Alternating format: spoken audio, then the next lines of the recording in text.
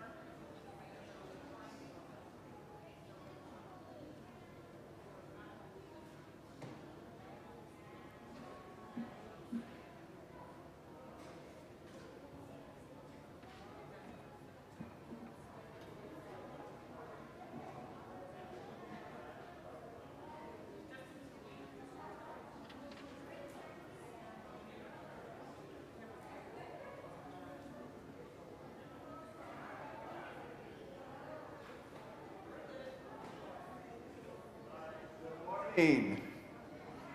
Good morning. Let me hear you kids. Good morning. There we go. Welcome to Cedar Lane Unitarian Universalist Church, where love works. We are so glad you are with us today.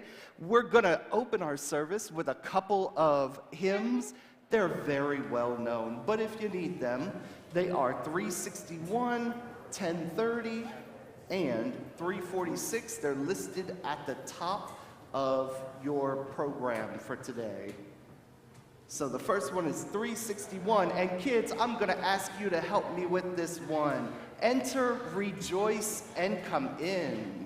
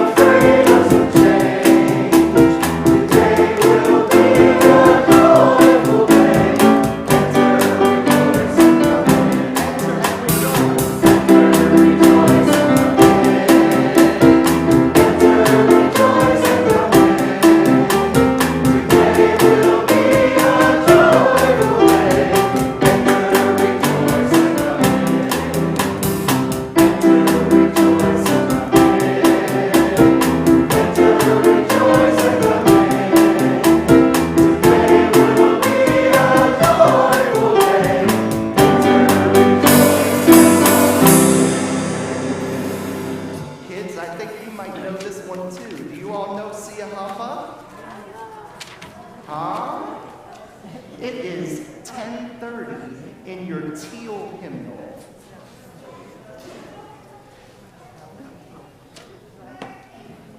Yeah.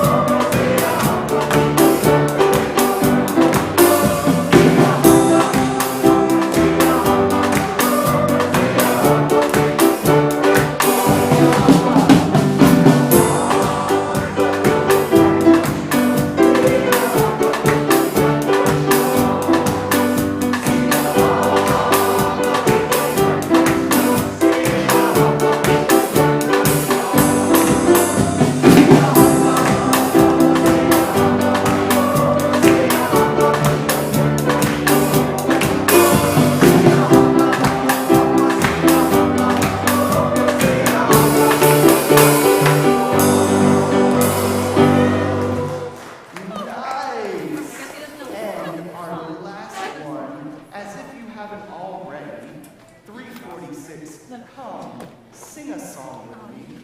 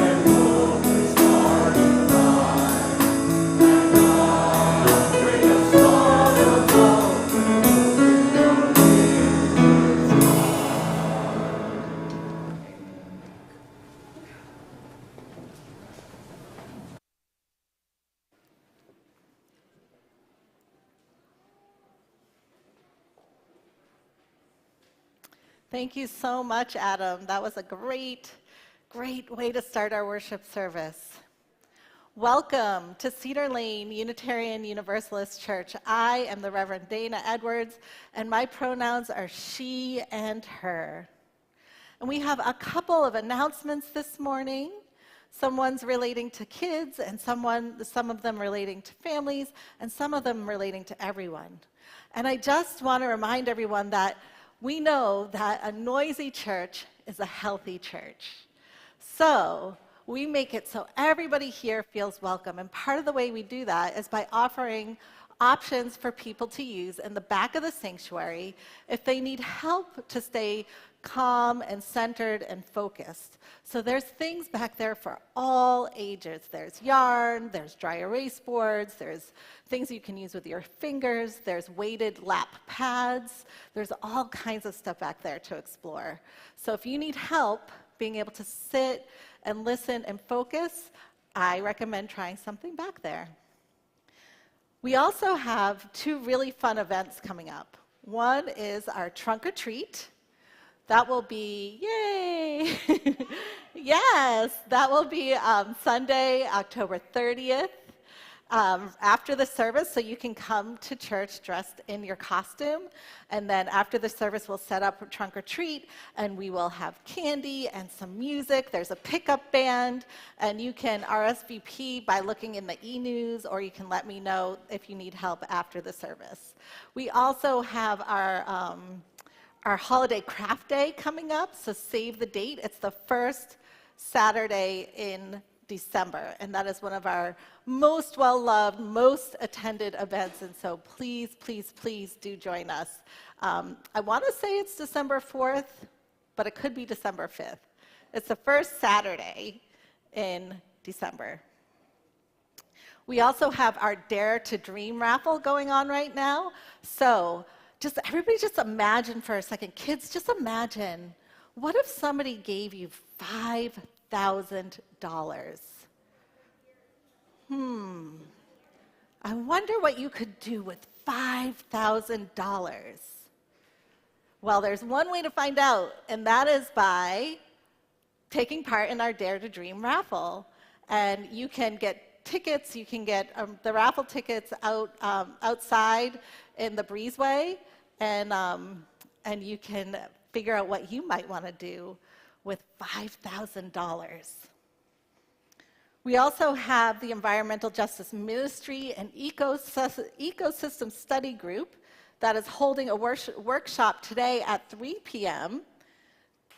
In the courtyard on how to turn your property into a National Wildlife Federation certified sanctuary. That sounds super cool, and something that a whole family could do together to really research and figure that out.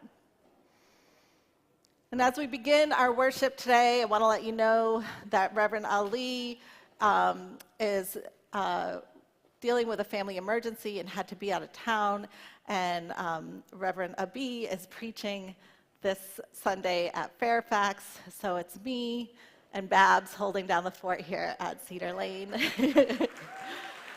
and happy to do so. And our building is situated on the ancestral lands of the Nacotchtank people, part of the Piscataway group of tribes, and on the land which enslaved Africans and their descendants labored and lived without choice or reward. We honor with gratitude the land and the people who have protected it throughout the generations. If you're joining us for the first time today, please raise your hand. If you're in person or if you're online, welcome. Thank you for joining us online, and feel free to put your name in the chat. And you're invited to complete our newcomer form that will be linked in the chat. So can you raise your hand one more time if you're a newcomer? And let's give our newcomers a nice, warm Cedar Lane welcome.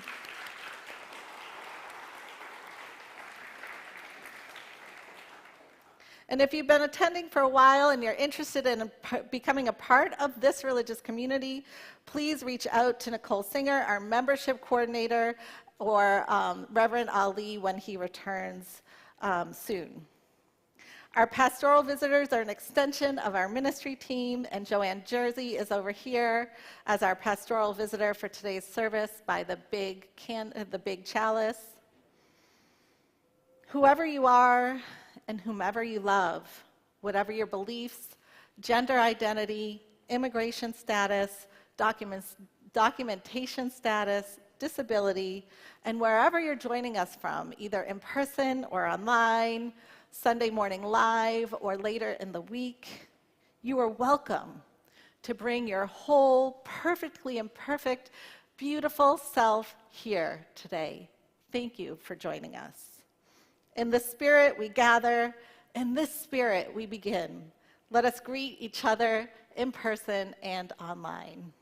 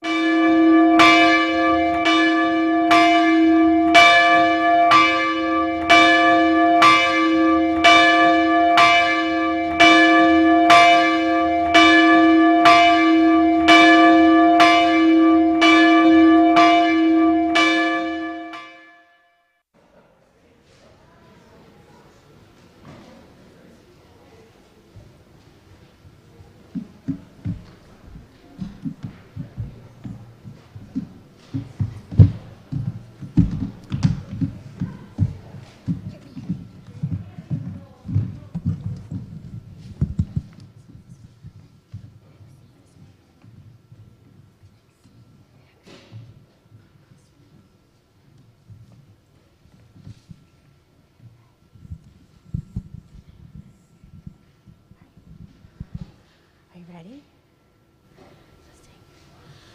Courage, Courage, my friends, my friends, you do not walk alone.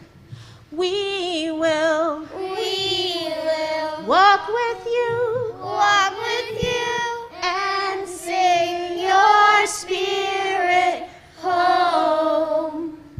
hold on, Hold on, my friends. my friends, You do not hold alone. We will we will hold with you hold with you and sing your spirit home. patience, Patience, my friends. my friends, You do not wait alone. we will We will wait with you wait with you and sing your spirit home. sing out, Sing out, my friends. my friends, You do not sing alone. We will we will sing with you sing with you and sing your spirit home. courage, Courage, my friends. my friends, You do not walk alone. We will we will walk with you walk with you and sing your spirit home.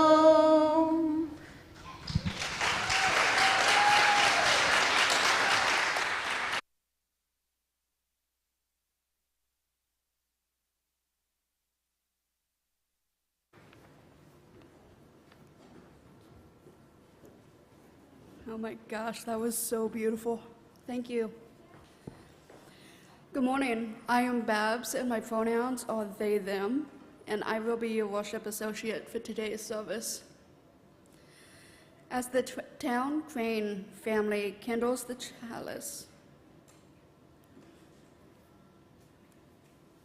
a symbol of our shared faith and gathered community, please share in the chat where you are lighting your chalice from. Please rise in body and or spirit to share the chalice lighting words. We light this chalice in memory of the courage of those who have struggled for freedom, the persistence of those who've struggled for justice, and the love of those built beloved communities to carry on the light of hope.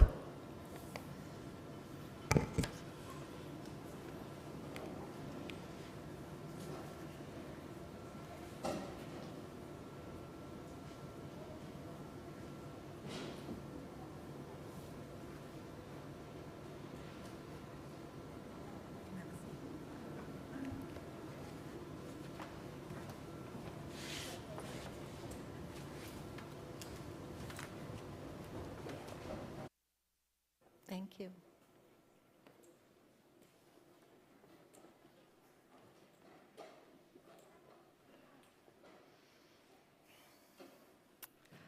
So this morning we have our Wonder Box back, and I think this morning there's so many kids, and I know we would all love to come up here, but there's also like a whole bunch of stuff up here. So I am gonna open the Wonder Box, but I wonder what could be in there today. It is a special day. It's National Coming Out Day is on Tuesday, so we're gonna be talking about that. So I wonder what could be in here that might have to do with that. And also, you might have noticed if you're in the sanctuary that we're passing out some lights. So if you'd like a light, especially if you're a kid or young at heart, and you don't have one, it'd be a good idea to get one if you'd like one. So I wonder what's in here. Ooh, it's kind of moving around. It's like flittering around in here. Something's in here. What could it be? Oh, look at this. It's flying. It's flying. Oh my goodness. What is this thing? Oh, let's see what happens. It lights up. It lights up. It's a firefly. Oh my goodness. It's a firefly. So this is a very special firefly. This firefly's name is Firenze, and Firenze is Italian for Florence. But here's the thing. Firenze did not like her light. She did not like when her light shined because it always came on at the wrong time. Like when she was playing hide and seek and she wanted to hide, boom, her light would turn on. When she was at the movies and it was really dark and it was like a sad and scary part, her light would turn on. And when she was at slumber parties, her light would turn on when it was time to go to sleep. And her mom said, "Your light is what makes you special." But Firenze did not think that that was true. Her mom said, "No one shines like you." But Firenze did not agree. And she decided to collect some leaves and hide her light. But the problem was, then, when she was playing hide and seek, her friends couldn't find her. And when she went to the movies and her friend dropped his phone, he asked her to use her light to find it, and she said, "No way," because she did not like her light. And when she went to a sleepover, her friend said, "Friends, can you shine your light a little? Because I can't sleep when it's too dark." But Firenze just pretended to be asleep. One day, Firenze's light was shining, and she went into the forest, and she went in there hoping that people would forget about her and forget about her light. And while she was there, she met a wise old beetle.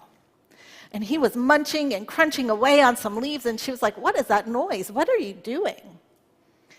And the beetle said, "I'm creating art." And he showed her how he cut designs to make he cut the leaves into designs using his pincers. And he held up one of his leaves, and Firenze's light began to shine through it and create a beautiful shadow of the design on the wall. "Wow," whispered the beetle. "You've made my art even more beautiful." But Firenze didn't want to shine her light.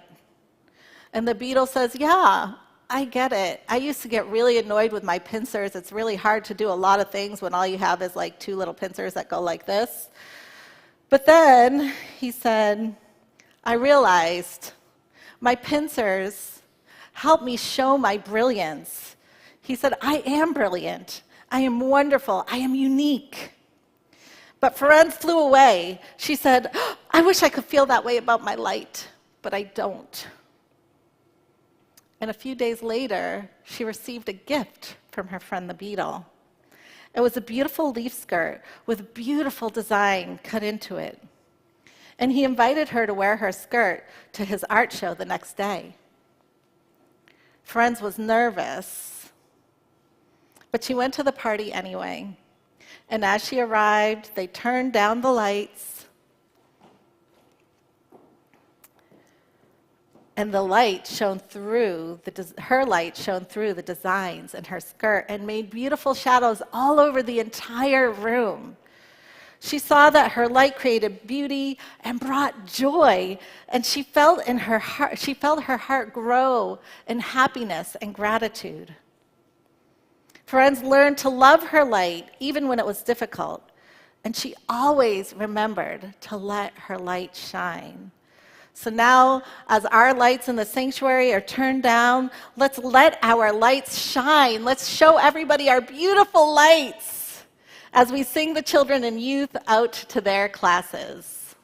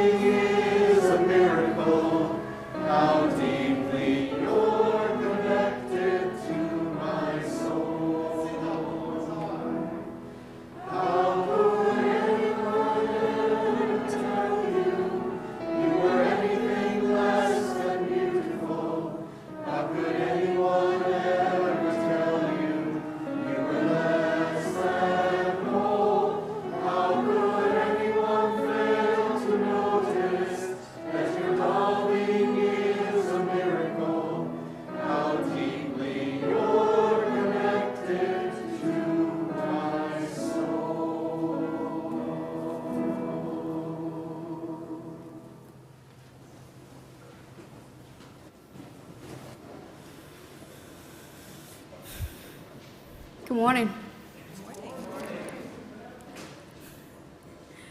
I had a friend once tell me that like a diamond, there are many fragments that make up a person.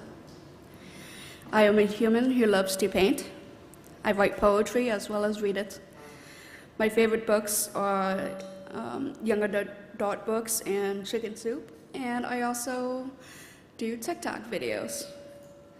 I also love animals and people.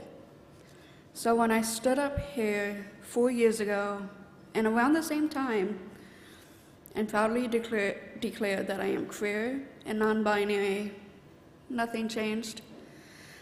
I was still the same lovable goofball you still knew half an hour before that service. I just introduced you to another piece of myself, of another piece of who made me who I am. And that was all because I felt safe. You are all my safety. Not everyone is so lucky. For those who can't come out right now, know this is absolutely okay. There is no pressure. Just know that you are okay the way you are. Your sexuality and gender identity is just one piece of what makes that beautiful diamond that makes you, you. Love yourself for everything you are, because you are so important to this world. To you all, thank you for being my safe space. I needed to fully embrace who I am. I can honestly say life gets so much better. You eventually find a community who feel more like family. And it's that acceptance and support is what's going to make you eventually accept yourself. And you find you are not alone. So if anyone is struggling, just hold on. Ride that wave, because again, it gets so much better.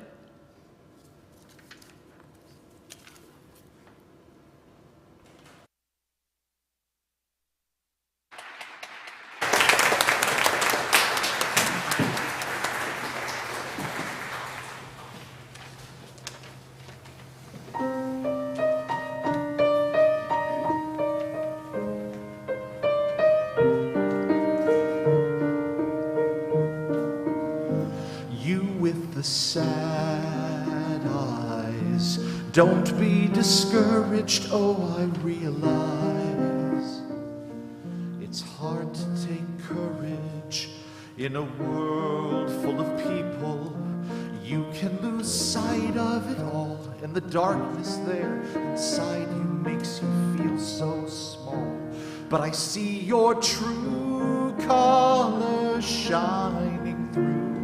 I see your true colors, and that's why I love you. So don't be afraid to let them show your true colors.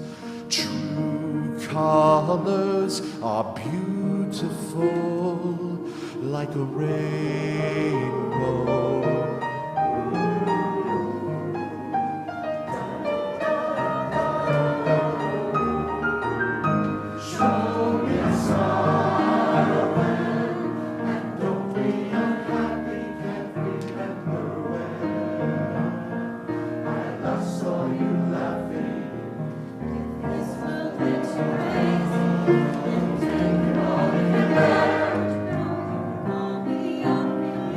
Because you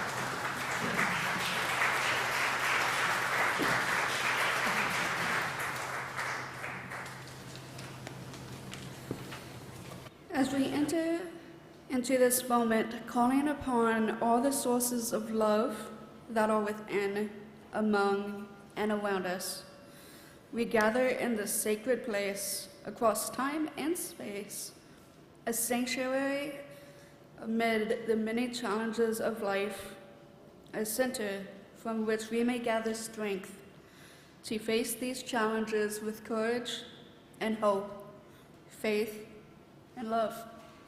Thanks, Babs. Within our Cedar Lane community, congratulations to our alto section leader, Rachel Moore, and her husband, Julian Reed, who got married on Saturday, September 24th.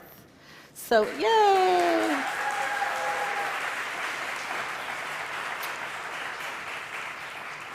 Unfortunately, Rachel and Julian had flight delays from their honeymoon in Panama and couldn't be with us in person today, so next week we will celebrate with them with some cake in the lounge. We also celebrate with our minister emeritus, Reverend Kenneth McLean, on his 96th birthday. Yes. Happy birthday, Ken. And our hearts are with Reverend Ali and his family, and especially his father, John Bell, who is in Atlanta awaiting surgery. We mourn the loss of Kamakshi Boyle's cousin, Meenakshi, who passed away on October 3rd in Bengaluru, India, after a long struggle with various illnesses. Our hearts are with Kamakshi's and her cousin's family as they navigate this time of grief. And our caring extends beyond Cedar Lane to those in Thailand impacted by the recent mass killings at a daycare center. To others whose lives are lost and whose lives are impacted by war, calamities, and the COVID-19 pandemic in our nation and in the world, may these friends of ours, our companions in the world, and all the joys and sorrows that we hold in our hearts be held in the embrace of meditation and silence. Those who are mourning a loss or marking the anniversary of a loss of a loved one are invited to rise in body and or spirit and share their names in the chat or say their names into the sanctuary. May we hold the silence as the silence holds us.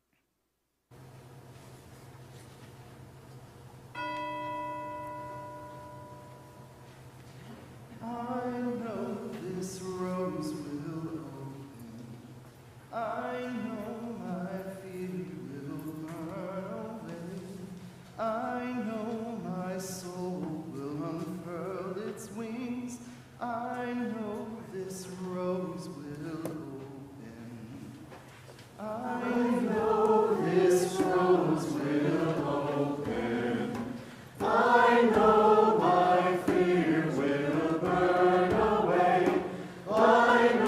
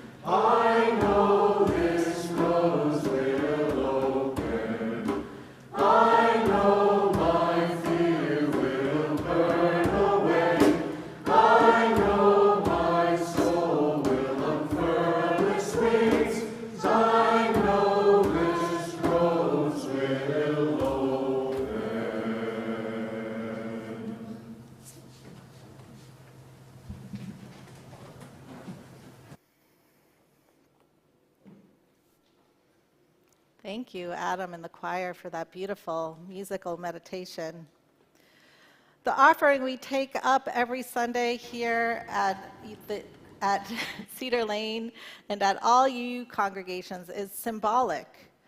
It is a real way of demonstrating our commitment to the mission and ministry of our faith.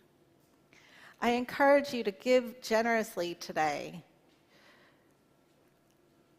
And this morning we are sharing our offering with the League of Women Voters of Montgomery County. Yay, yes. And this is an organization that is near and dear to many here at Cedar Lane. And it is a way in which two of our members are living out their faith and values and commitment to social justice. So I invite the co-presidents of the League of Women Voters of Montgomery County up to the pulpit to share with us their work, Nancy Bliss and Vicki Strella. Thank you for joining us this morning.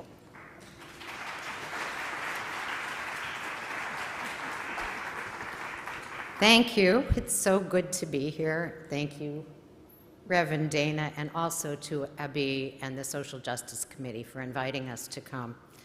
It was so nice to hear that little shout out for the League of Women Voters. So a little mini history. Shortly after the ratification of the 19th Amendment that gave women the right to vote, the League of Women Voters of Montgomery was founded. We are a nonpartisan advocacy and voter service organization dedicated to encouraging citizens to become active and informed voters. Our mission to empower voters and defend democracy is perhaps even more urgent today than at any time in our 103-year history. In an election year, voter service is our most visible activity, and you've no doubt seen our lovely voter's guide, which is it's published in English and Spanish, and we mail it to newly registered voters, and we make it available at community centers and libraries around the country, around the county. Other leagues do it in other places around the country. The Spanish guide is carried in El Tiempo newspaper and comes out as an insert in that newspaper in mid-October. If you can't get a hold of the print guide, you can easily access it online at vote411.org. And that's a fun thing to do. It's interactive. You plug in your name and address, and it pulls up the exact ballot with all of the issues and all of the candidates that you will be voting for. So we also hold registration drives. They never stop, not just election years, and we try to target underserved areas in the county. Right now we have a voter hotline. I think the number should be on the slide, with election experts to answer questions from the public. And we also work on Election Day with the Board of Elections to monitor polling places. So knowing that many of you have children in county schools and you care deeply about their future, we wanted to make it a point to invite you to register as a Zoom participant in this coming Thursday's Candidates Forum. We're sponsoring it along with a number of other organizations. It's going to be translated in real time in about 4 other languages besides English, and it's going to be all candidates running for the county school board. So if you're interested, you can register at our website. Now, my co-president, Nancy Bliss, will share some overview of the issues advocacy we do in the county. For so many years, what we've done is we study and we do consensus, and then with the positions that we arrive at, we also do advocacy or lobbying. So what are some of the things that we have done and we are continuing to do? We push for affordable housing, transportation, education, climate action, and the agriculture reserve. Right now, we are, this advocacy also includes state and national issues. Currently, we are advocating for greater police accountability and measures to protect and preserve forests in the county.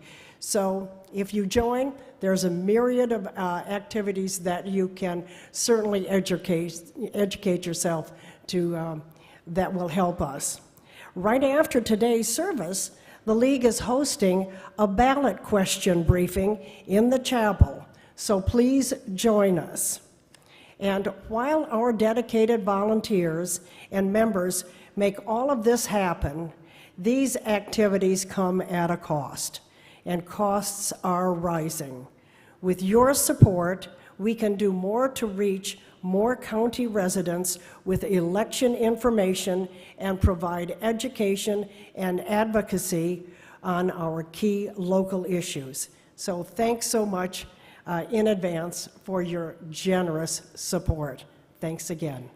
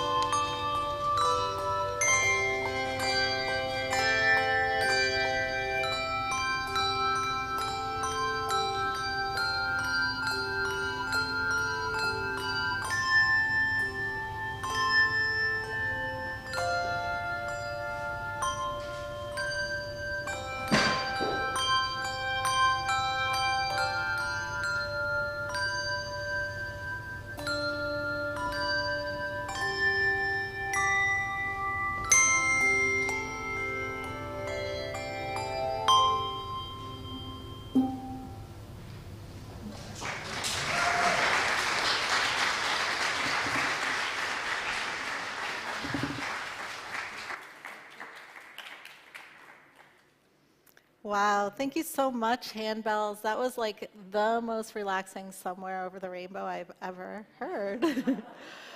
Whew. So I have a quick question for everybody here. Raise your hand if you like black coffee. Okay, lots of hands raised for those who are online. Raise your hand now if you like your coffee with cream. A lot of hands raised for that one too. So we got about an even mix of people who like their coffee with cream and people who like just black coffee. Now, imagine I gave you a gift card and you got to go to a gourmet coffee shop and ordered whatever you want. Now just imagine, what would you order? Would you order just like black coffee or coffee with cream? Or maybe you would choose something rich and frothy, creamy and warm. Or maybe something icy and sugary, topped with whipped cream. I wonder what you would choose.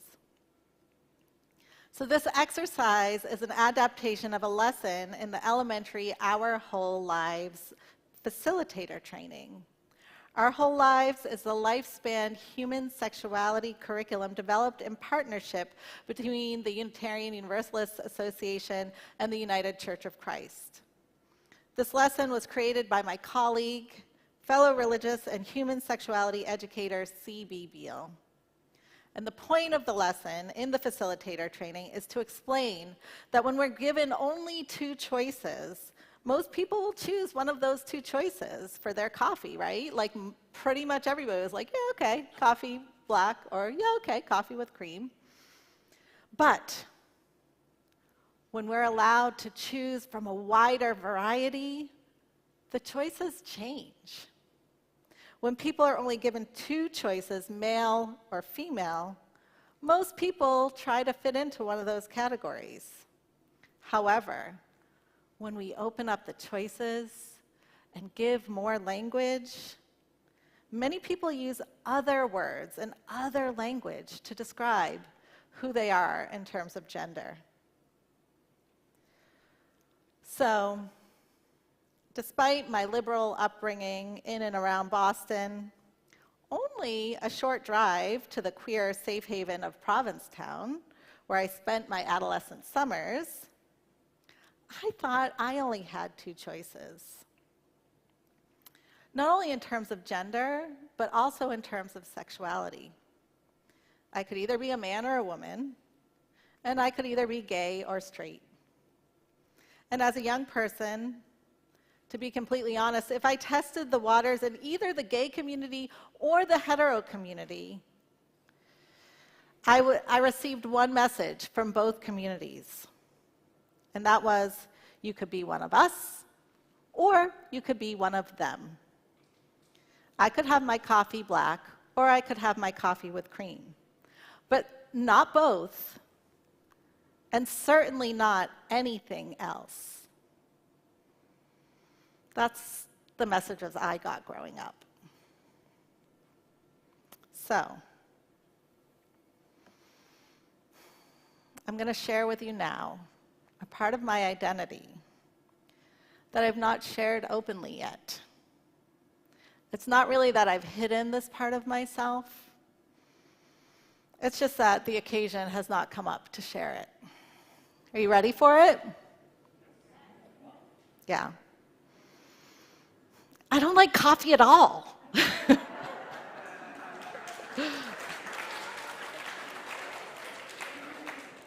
I don't like coffee black or with cream. As blasphemous as it may sound in a UU congregation to say this, I'm a tea drinker. Right? Where are my tea drinkers? Okay, look at us, yes. Every single morning, I drink a black iced tea, unsweetened, with no water. And in the afternoons, if I'm feeling decadent, I'll get an iced chai. And if I'm feeling really wild and indulgent, I'll get a chai cream frappuccino. So, Cedar Laners, we've known each other for a while now, through my ministerial formation, through a pandemic. You all have been so supportive and generous through my little broken toe journey. We have borne witness to each other, growing, changing through these past 4 years. And today, for the first time, I have the courage to tell you a closely held part of my identity, that I don't drink coffee. I don't even know how to make coffee. And I don't even like coffee ice cream. Identities are tricky like that. They're complicated, they're complex, they're multifaceted. Identities need space to grow and flourish, and they can change over time. And they can change as our awareness and self-discovery changes. Buddhist teacher Lama Rod Owens, in the book Radical Dharma, shares, "In my tradition, I felt a lot of freedom to enter and reimagine a self that was liberatory.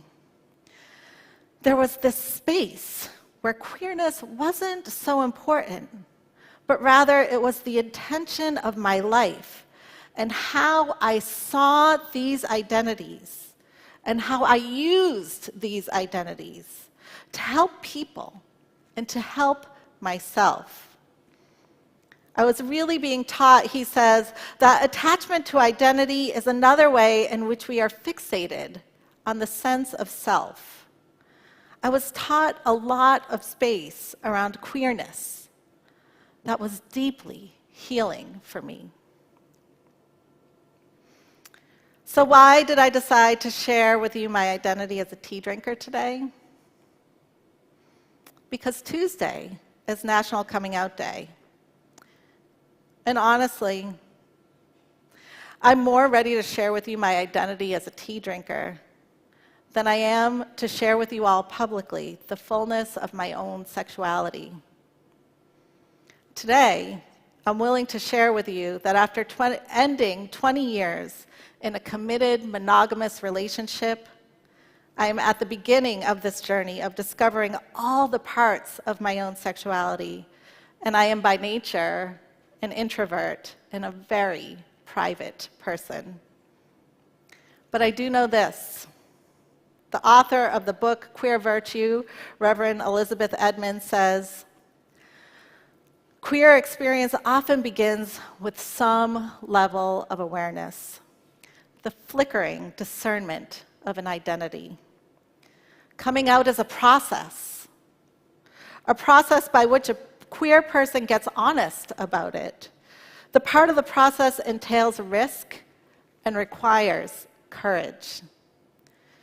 So, like Lama Rod, I'm asking for space from you all. Not space like, I'm not going anywhere, but space around this deeply personal process as I redefine, refine, and discover all the nuances of my identity.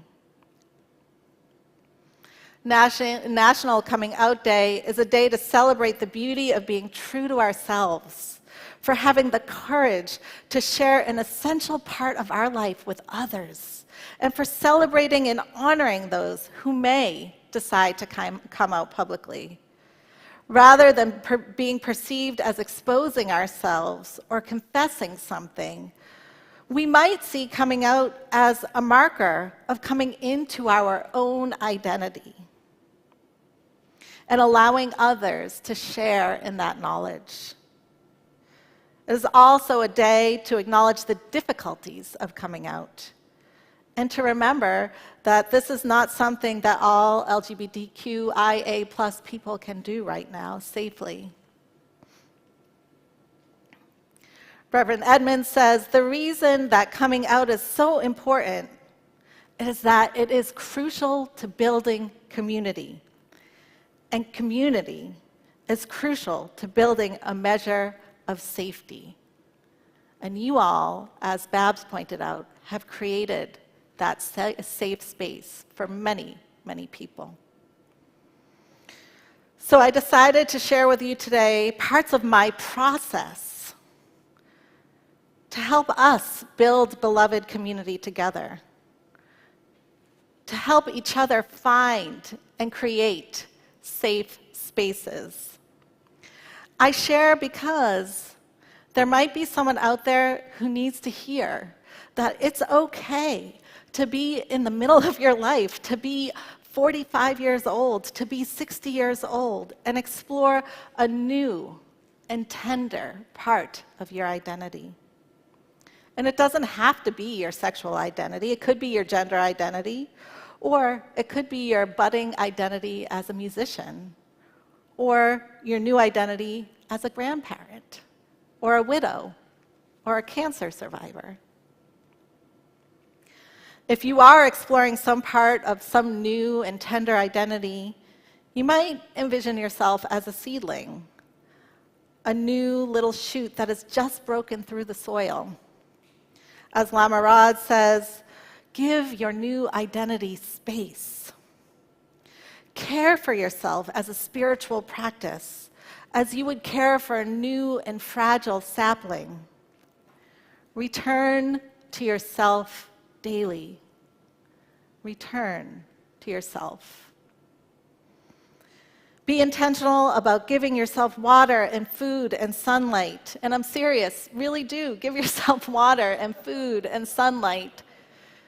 Reflect in writing or in an audio diary or in some type of art until you're ready to move from that spark of awareness to articulation. And when you're ready, share that piece of yourself, that part of your identity with a trusted friend or family member, or maybe even a trusted clergy person. One of my favorite media personalities, Karamo Brown from Queer Eye. Does anybody here watch Queer Eye? Yes, love it. If you don't, definitely, if you have access to Netflix, I would highly recommend it. Karamo talks with some people from his Netflix makeover show about coming in instead of coming out. He invites the show's participants to let trusted people into that part of their identity. He says, sometimes we first have to have the courage to come in before we can come out. Brené Brown, in her book, Atlas of the Heart, reprises some of her exceptional work on belonging. And she says, true belonging is the spiritual practice of being in and belonging to yourself so deeply that you can share your most authentic self with the world and find sacredness in both being a part of something and standing alone in the wilderness. And this may come as a surprise to some of you, but I am actually at the beginning of my spiritual practice of belonging to myself so deeply that I can share this part of who I am with the world. And I have to be honest, as I stand here right now, I'm leaning on two ideas very heavily. I'm holding close Brené Brown's work on vulnerability, in which she declares, if we cannot handle uncertainty, risk, and emotional exposure in a way that aligns with our values and furthers our organizational goals, we cannot lead. Vulnerability is not weakness. It is our greatest measure of courage. So I am here in front of you, leading, being vulnerable, being courageous. And I am also leaning on the bravery of the centuries of queer, trans, and questioning people who lived their most authentic lives unapologetically. People like the writers Audre Lorde and James Baldwin, and human rights leaders Polly Murray, Bayard Rustin, Harvey Milk, activists like Sylvia Rivera and Marsha P. Johnson. And I am sharing with you in honor of those like Matthew Shepard, Brandon Tina, Angie Zapata, the victims of the Pulse nightclub shooting, and so many others who are bullied, harassed, and even murdered for living out loud. May their souls rest in peace. But some of you might be here asking why? Why do we need a coming out day in 2022?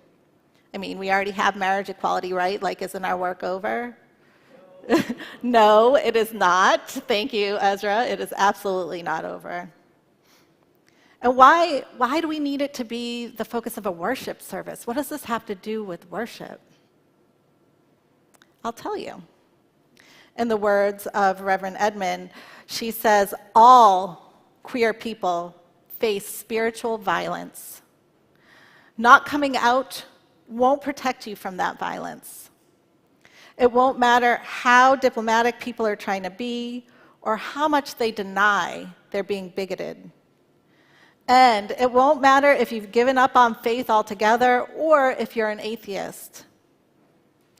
Your soul knows when it's being disrespected.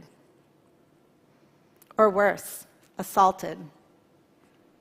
It hurts. Spiritual violence is nasty, insidious, and it does real damage. So that is why we need a service today and every year about Coming Out Day.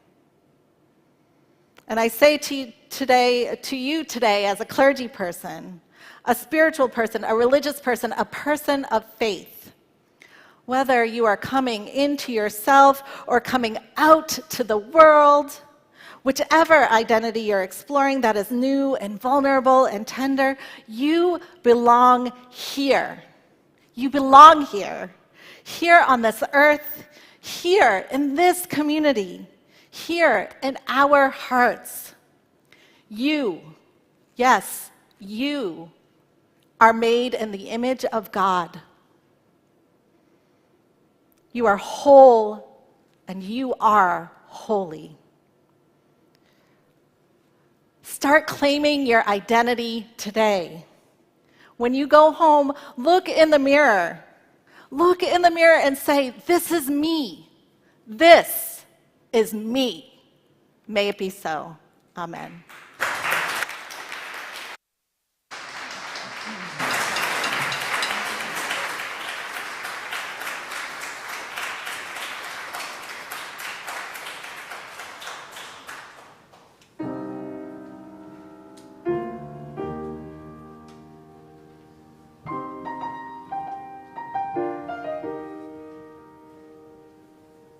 I am not a stranger to the dark.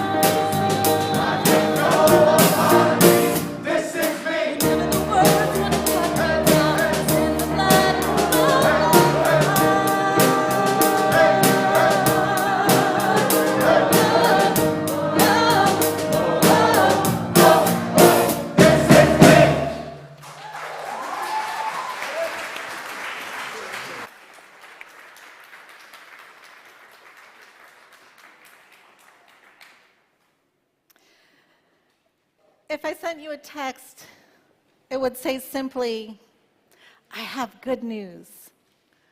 Would you text me back? If I sent you a note on my very best note card with a sticker and a postage stamp that said, you're not going to believe this, in a way meant to allow you to suspend some disbelief, not to tease you for being skeptical, would you read the inside? You are used to casual mentions of the place where you belong, faith, ethics, love, and action. Garish neon bringing excuse me. But what if more were possible? What if you had a sign, garish neon, bringing with enthusiasm the occasional blink and ongoing buzz zapper buzz? You are the oasis. You are the hospital for the broken hearts. Whatever it is that keeps you shy, reserved, appropriate in telling where it is that folks can belong and grow back their injured hearts is worth a challenge. Grow unashamed at your own healing and connection. Grow proud of your diligence in keeping mutually dependent promises. Grow affectionate and supportive toward your community, even though it is imperfect. But most of all, be foolish for love, tender-hearted love, and for bold love. Boldly, you must hang your light, neon buzzing and bright. You do not need to be chagrined when your light blinks. It's a silent song of yes, you are welcome here. Boldly, give your love and arrive at your joy. May it be so.